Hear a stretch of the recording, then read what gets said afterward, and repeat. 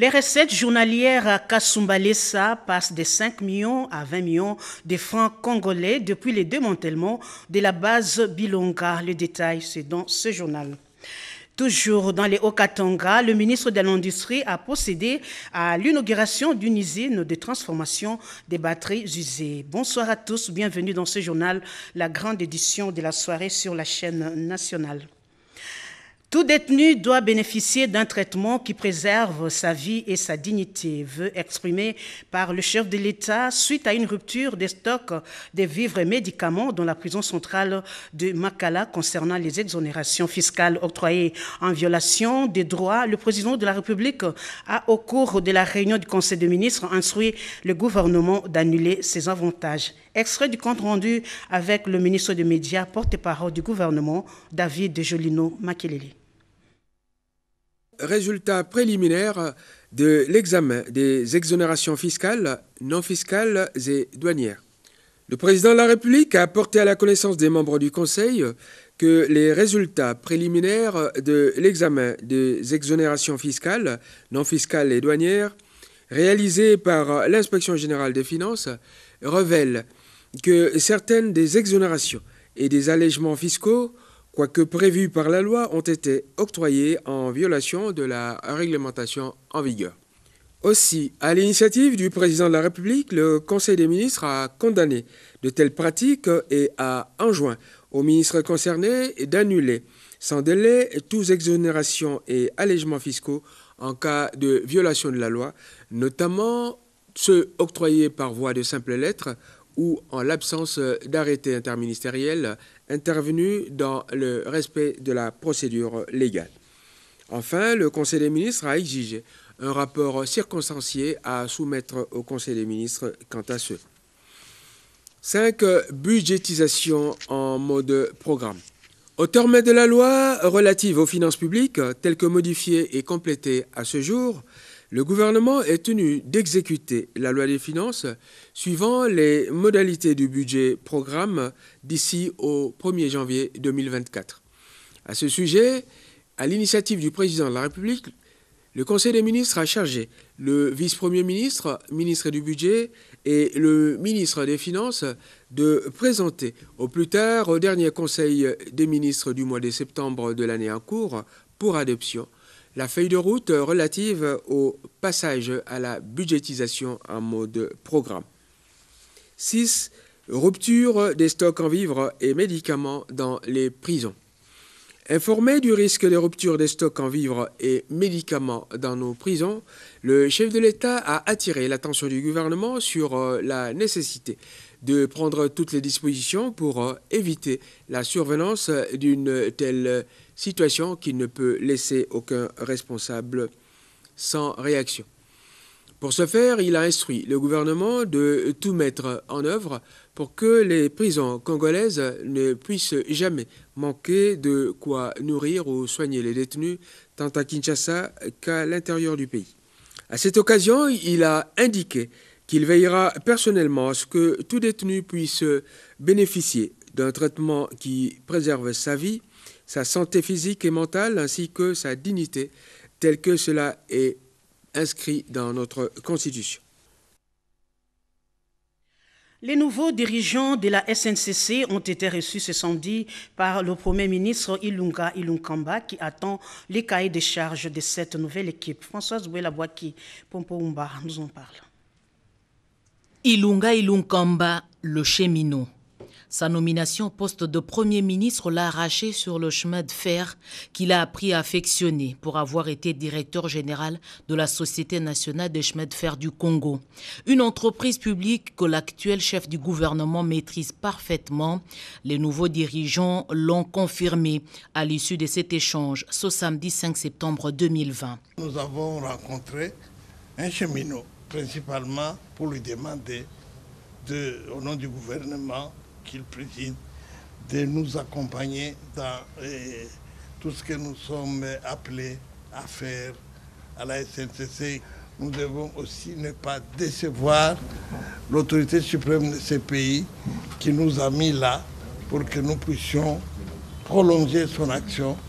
Le Premier ministre n'a pas abandonné et la SNCC, il continue à appuyer. Il était demandé à la nouvelle équipe de la SNCC de présenter aussi les cahiers de charges et aussi les difficultés et solliciter l'appui et l'accompagnement du gouvernement et personnellement de son Excellence, Monsieur le Premier ministre. C'est dans ces contextes-là que nous avons vu son Excellence, le Premier ministre, pour voir dans quelle mesure nous allons redynamiser cette entreprise avec son accompagnement. Lui dire aussi que les cheminots sont vraiment debout, ils veulent à tout prix que la SNCC, que leur société puisse aller de l'avant. Il y a cette détermination-là. Comme l'a reconnu Gabriel Kyungu Mwanza, président du conseil d'administration de la SNCC, l'accompagnement du gouvernement central est un grand soutien pour assainir notamment le personnel vieillissant.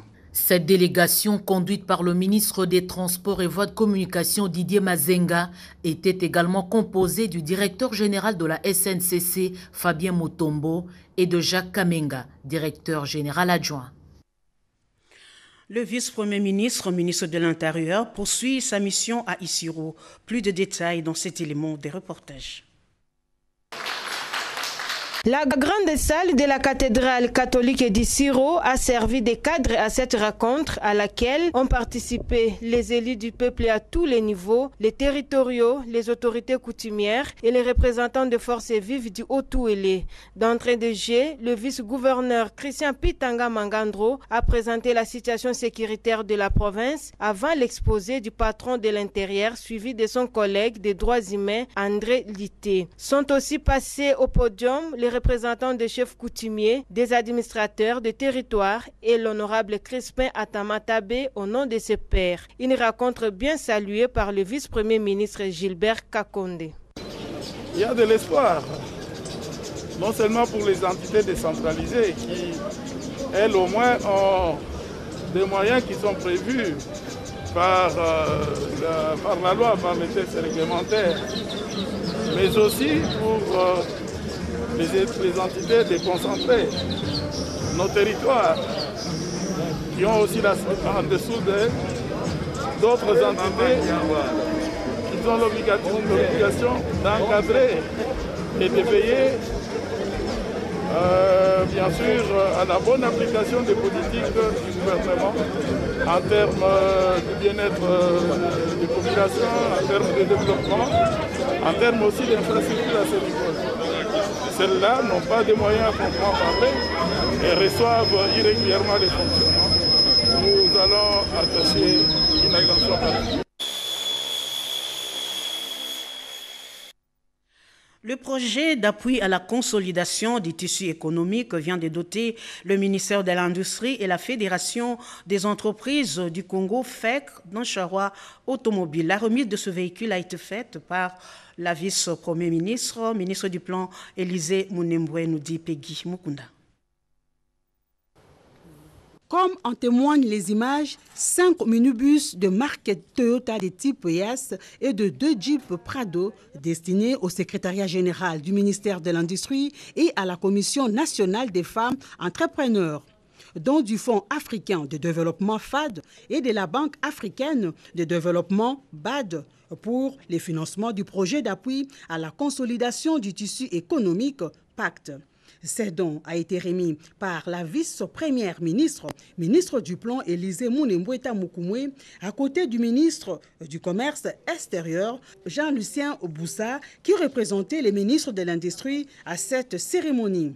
Et ce projet qui a pour objectif de promouvoir le processus d'industrialisation du pays à travers la consolidation du système de normalisation et de l'appui à l'entrepreneuriat féminin. Je pense que ces moyens de locomotion qu'on vient de donner au ministère de l'Industrie et à la Commission nationale des femmes entrepreneurs va servir pour tant soit peu pour rendre le travail efficace pour les uns et pour les autres. Quelle joie immense pour les bénéficiaires. Voilà, c'est le travail de 6 années, vraiment de patience. Et ça, vraiment, je tiens à le souligner. Elle a été très patiente et je lui confie la Jeep Prado. Et quant à le minibus, ce sera au service d'un chauffeur que nous avons. Merci encore une fois. L'acquisition de ces charrois automobiles, geste salué par le ministre du Commerce extérieur, Jean-Lucien Boussa.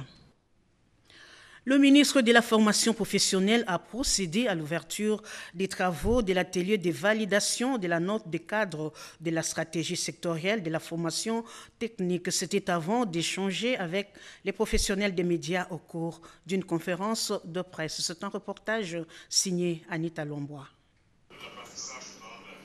Le développement d'une stratégie de la formation professionnelle et technique permettra à la RDC de se doter d'un outil de référence adossé à la politique nationale et des acquis pour orienter les actions de la formation professionnelle et technique dans le but majeur de promouvoir la production d'une main-d'œuvre locale qualifiée répondant aux besoins du marché. Ainsi, au cours de cet atelier virtuel de grande envergure, pour la validation de la note de cadrage, les différentes parties prenantes ont pris le soin de démontrer les enjeux incontournables visés par ces travaux. Le ministre de la Formation professionnelle, Arts et Métiers, John Tumba, a circonscrit l'événement. Et juste après l'ouverture de ces travaux, les professionnels des médias ont été conviés à une conférence de presse animée par le ministre de la Formation professionnelle Arts et Métiers, John Tumba, accompagné du représentant pays de l'UNESCO, du président de la commission socio-culturelle de l'Assemblée nationale et de la directrice du BIT par vidéo. Ayant brillamment éclairé les préoccupations soulevées par la presse, le ministre de la Formation professionnelle a souligné l'importance de la note de cadrage. C'est la note de cadrage qui va déterminer comment on va formuler la stratégie. D'abord, tout définir dans la note de cadrage et puis dire les étapes, et qui doit les faire, comment on va les faire, pour quel objectif et tout ça. Donc ça, c'est juste notre guide de formulation de la stratégie. Ainsi, pendant ces travaux, les participants s'attellent à un examen critique de la note de cadrage en vue d'obtenir un consensus autour du document et la composition de la commission nationale en charge de la formulation de la stratégie et de son mode opératoire. Aider le pays à procéder au 3e recensement général de la population en marge de l'organisation du cycle électoral 2023-2028, malgré Martin Moulumba, docteur et chercheur en droit public, livre les résultats de ses recherches. Sandra Nyangi. On peut faire simple. Le bourgmestre travaille avec le chef des avenues et des chefs des quartiers. Un chef d'une avenue connaît bien les habitants de cette avenue-là. Un chef d'une avenue va chez quelqu'un avec les 2 voisins. On sait identifier les gens qui habitent dans une parcelle parce que les voisins les connaissent. Après, au niveau de l'avenue, on établit un fichier au niveau de l'avenue. Et tous les chefs des avenues amènent leurs fichiers au niveau du chef du quartier. Le chef quartier amène ses fichiers au niveau du bourgmestre de la commune. Mais ça peut se passer au même moment sur l'étendue de la République. On peut avoir un fichier du recensement qui est fiable. Pourquoi on veut se compliquer la tâche? Et ça peut permettre d'avoir une idée à peu près de la population. Et à partir de là, on peut établir des cartes d'identité. Et pour faire ces recensements de cette manière-là, ça ne demande pas une année. Le recensement est possible avant 2023, de la manière que je viens de démontrer. Et les élections sont possibles en 2023. Bon, c'est vrai qu'il se pose un problème de financement. Bon, on nous dit que parce qu'il y a eu Covid et tout ça. Mais qui s'était préparé pour le Covid? Diriger, c'est prévoir. Depuis le démantèlement de la base Bilanga à Kasumbalesa, cité frontalière du Haut-Katanga avec la Zambie, la police des frontières et la brigade douanière mettent en route les fraudeurs qui passent en contrebande. Riki Nzuziloya pour plus de détails. Le trafic international est l'une des voies pour les trésors publics d'encaisser du cash afin de donner au gouvernement le moyen de sa politique. Fort dommage, certains opérateurs malveillants ont opté pour la contrebande. Cette pratique qui consiste à introduire ou à sortir clandestinement des marchandises du territoire national. Très vigilante, la brigade douanière en poste à Kasumbalesa, cité frontalière du Haut-Katanga avec la Zambie, vient d'intercepter et de saisir une importante caravane de véhicules et marchandises, après une rude bataille engagée contre les contrebandiers des 0h à 6h du matin. Témoignage. Depuis hier à minuit, les contrebandiers ont trouvé un autre moyen, d'autres voies de sortie. C'est d'après les informations que nous avons, ils sont maintenant en train, ils ne passent plus par les Bilanga, ils sont en train de passer maintenant par la sous-station. C'est-à-dire qu'ils ont créé sous-station Kamalacha, Lac-Seltel. Ils ont créé une autre voie de sortie, là où ils font leur contrebande. Ça, c'est un véhicule de la contrebande qu'on a saisi depuis minuit. C'est ce qui est à la base même de troubles de minuit jusqu'à 6h du matin. C'est du ciment là. C'est du ciment là, bien caché là. Et ça passe comme ça presque chaque jour là. Ce coup de filet, consécutif à celui réalisé récemment à la grande barrière de Goma entre la RDC et le Rwanda, s'inscrit dans la ligne droite des recommandations pertinentes du directeur général par intérim des douanes, Jean-Baptiste Nkongolo Kabila Mouchi, qui s'engage dans une lutte sans merci contre les antivaleurs, telles la fraude douanière et la corruption. Nous le disions en titre, les recettes journalières à Kasumbalesa passent donc de 5 millions de francs congolais à 20 millions.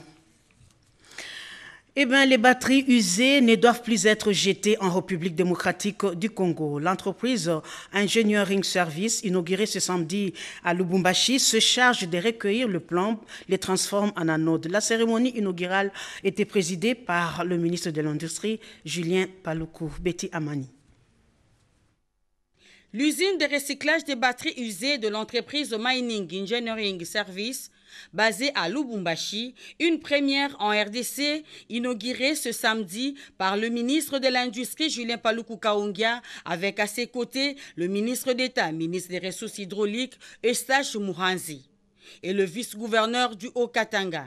Pendant le processus de recyclage de ces batteries usées, l'usine récupère les plombs transformés en anodes et les plastiques transformés en différents dérivés, dont les chaises, a fait savoir les directeurs techniques de cette unité de production. Pendant les processus de recyclage, nous séparons les plombs et le plastique.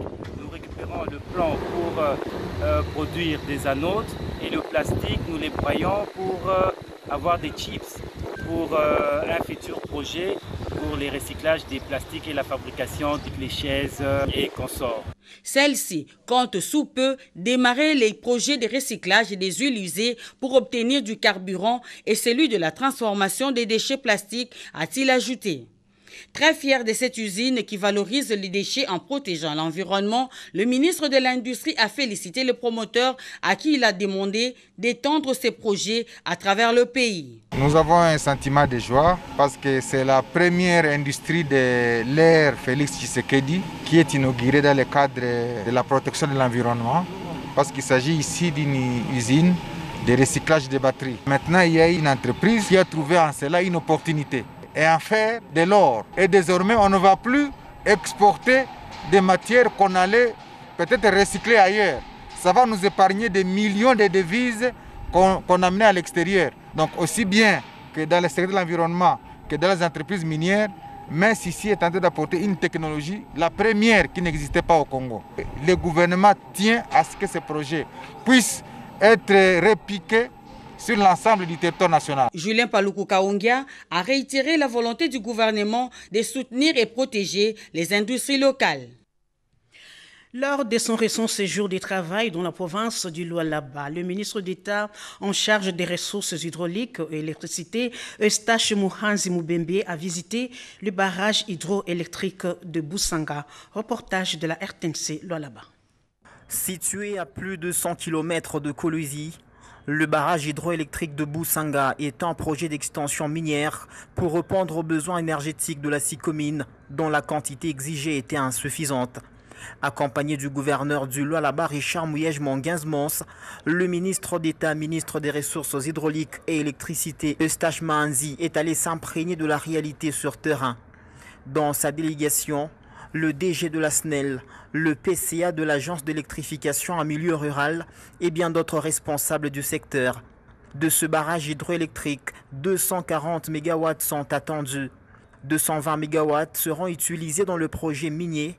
Les 20 autres seront injectés dans la ligne SNEL. Échangeant avec les maîtres d'ouvrage sur le site, le ministre des Ressources hydrauliques et électricité les a encouragés et félicités pour la qualité du travail abattu, tout en leur promettant des solutions aux différents problèmes auxquels ils font face. L'idée de ces projets est née de la vision du président de la République Kabila à son temps, quand il a pensé le projet de partenariat de la République démocratique du Congo avec le regroupement des entreprises chinoises, ce qui a créé SICOMINE. SICOMINE avait besoin d'énergie et voilà, aujourd'hui, c'est une chose qui va être prête. J'encourage, je vous félicite. Tous les rapports que nous recevons au quotidien, sur papier, nous l'avons vécu de visu. Nous avons été émerveillés par le projet gigantesque qui est Boussanga. Vous nous avez posé un certain nombre de problèmes.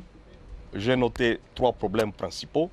C'est des problèmes qui trouveront sûrement des solutions avec le gouverneur et avec nous tous ensemble. C'est pour l'intérêt de notre province, c'est pour l'intérêt du projet, c'est pour l'intérêt de la République. Le barrage hydroélectrique de Boussanga sera fonctionnel d'ici décembre 2021. Le ministre du portefeuille, Clément Kouété, a effectué ce vendredi une visite d'inspection aux installations de la société Sokimo. Plus de détails avec Chimène Dondo. Ces bâtiments à 3 niveaux étaient exposés de liquidation dans une affaire opposant cette entreprise minière à une banque implantée en République démocratique du Congo. Clément Kouété Nimibemuna s'est farouchement opposé à cette vente et a rassuré les directeurs généraux ad intérim de la Sokimo ainsi que les agents et cadres de cette entreprise de sa ferme détermination de s'investir pour la récupération de toutes les propriétés immobilières et minières de cette entreprise de l'État en vue de sa relance. Quand nous parlons de la stratégie de relance, première chose, il faut arrêter la dégradation. Il faut lutter contre la spoliation. Il faut lutter contre la vente parée. Par voie parée, on veut vendre l'immeuble. Il faut protéger le bien de la société. Une nouvelle qui n'a pas laissé indifférent le directeur général de Sokimo et les agents de son entreprise qui ont remercié le patron du portefeuille pour son engagement. Nous sommes très satisfaits. Vous avez vu le personnel, le peu de personnel qu'il y a aujourd'hui qui ont réservé un accueil assez chaleureux au ministre, qui lui ont dit merci. Merci d'avoir permis à ce que la Sokimo garde ce patrimoine. Sachant que l'intervention du ministre du portefeuille Clément Kouété Nimibemuna est arrivée après le cri d'alarme du directeur général Aïe de Sokimo et de caucus de députés et sénateurs de l'Ituri. Il revient maintenant à la Sokimo SA de faire un effort pour honorer ses engagements vis-à-vis de la banque concernée. Toujours dans le cadre de sa politique de booster les entreprises de son secteur, le ministre Clément Kouété a été représenté par son directeur de cabinet Gentil Baker Kabasele Bakenza à la commission technique mixte sur la dette croisée entre la Régie des eaux, la SNEL et le Régie financière.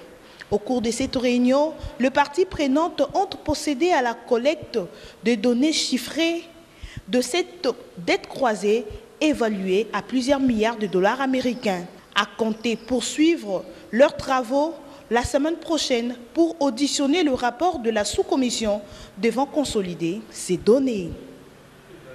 Poursuite des travaux de modernisation de la route nationale numéro 1 tronçons compris entre Chikapa et Kamoucha dans la province du Kasaï sur financement de la Banque africaine de développement. Et puis, la direction provinciale de l'Office des routes Kasaï sera provisoirement délocalisée de Chikapa à Loangue au regard des difficultés financières que rencontre cette direction. Le tout dans ces condensés signés Blaise Boko Kiasanza. Ces bâtiments étaient occupés en son temps par l'entreprise Sino Hydro quand elle exécutait les travaux de modernisation de la route nationale numéro 1.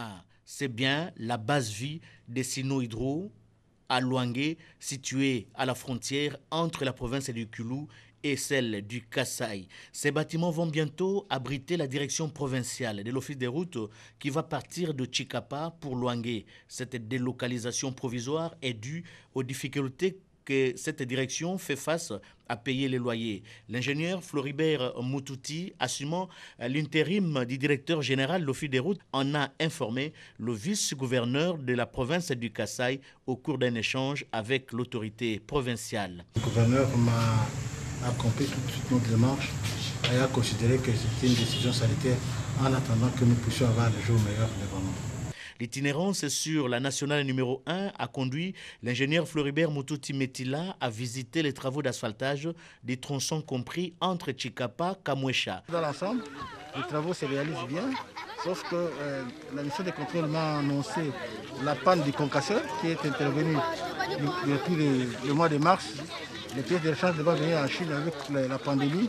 Ça a retardé doucement l'acheminement de ces équipements-là. Nous pensons que dans les tout prochains jours, les concasseurs pourraient être remis en ordre de service. L'avancement des travaux en exécution porte essentiellement sur la couche des formes, la couche de fondation, la couche des bases et la couche des roulements. Ces travaux sont exécutés par l'entreprise chinoise China Jiangxi Corporation sur financement de la Banque africaine de développement.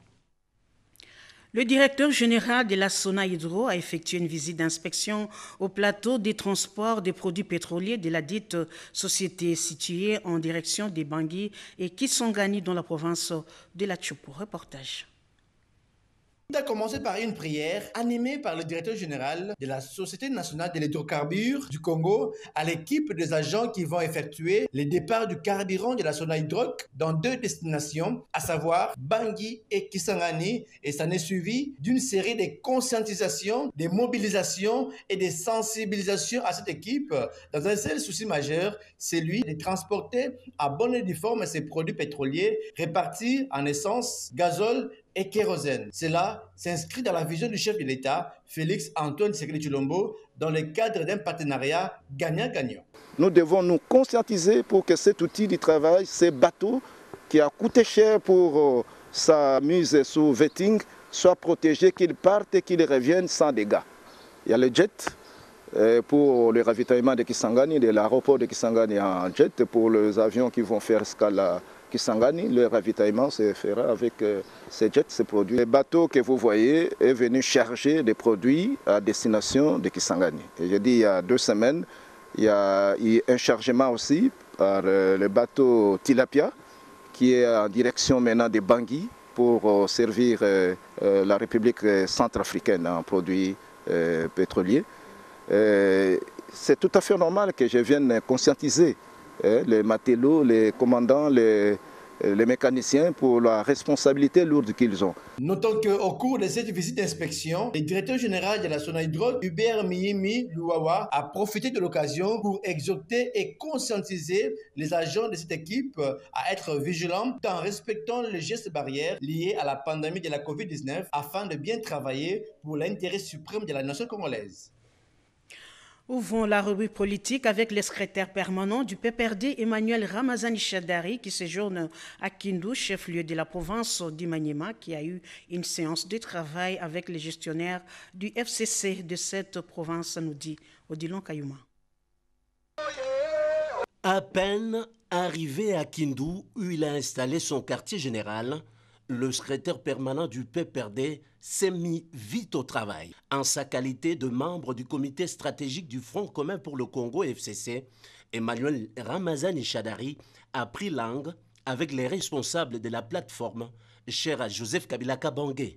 Rencontre axée sur l'évaluation des activités du front dans cette partie du pays depuis sa mise sur pied jusqu'à ces jours. Ces responsables du FCC Maniema ont saisi aussi l'opportunité et présenté quelques difficultés empêchant le fonctionnement normal de la plateforme. Prenant en compte leurs doléances, Emmanuel Ramazani Chadari a promis de les transmettre à qui des droits pour que, à court terme, des solutions soient envisagées. Dans sa casquette de notable du Maniema, le secrétaire permanent du PPRD, toujours disponible et à l'écoute du peuple, a prêté également une oreille attentive aux problèmes multiples posés par les forces vives de la province. Problèmes liés entre autres au social, à la sécurité des biens et des personnes. Au finish, Emmanuel Ramazani Chadari a rassuré ses interlocuteurs qu'il transmettra fidèlement leurs préoccupations aux autorités compétentes à tous les niveaux de l'appareil étatique. Emery Patrice Landous, le président du Parti du Peuple pour la Paix et le Progrès, un nouveau parti politique qui vient de voir le jour en République démocratique du Congo, comme nous le dit Rodépanda. Un nouveau parti politique vient de s'ajouter sur la liste de partis politiques régulièrement reconnus en RDC. Il s'agit du Parti du Peuple pour la Paix et le Progrès, dénommé P4. Sa présentation officielle a eu lieu ce samedi 5 septembre 2020 au centre CEPAS à Kinshasa.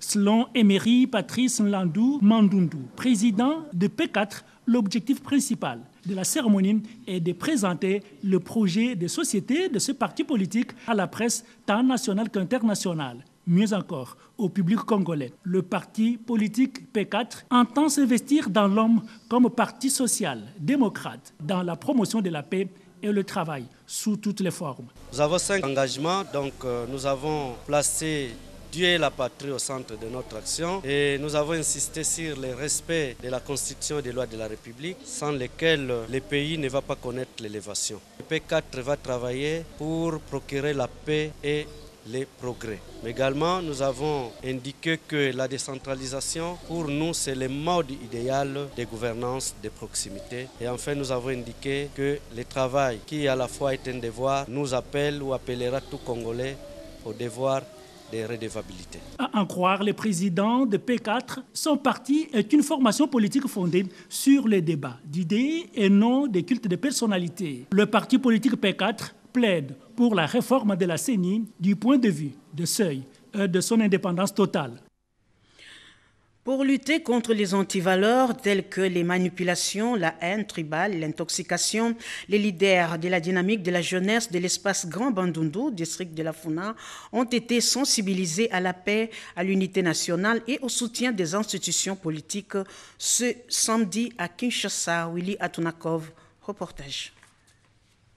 C'était un échantillon de 600 leaders de la dynamique de la jeunesse de l'espace Grand Bandundu, venus de cette commune de la Funa, au cœur de Kinshasa, la capitale, qui ont été sensibilisés à la paix, à l'unité nationale, à la solidarité avec d'autres communautés de la RDC et contre la manipulation et la haine tribale. C'était au cours d'une matinée de réarmement moral organisée samedi 5 septembre 2020 à Matongé, dans la commune de Kalamou, sous le parrainage du professeur Aubin Minaku Njalanjoko, député national élu du Diofa et président de l'espace Grand Bandundu, en synergie avec d'autres leaders originaires du Kwango, du Kwilu et du Maïndombe, toutes tendances confondues. Jean-Modeste Manenga, coordonnateur national de l'ASBEL dynamique de la jeunesse du Grand Bandundu, explique.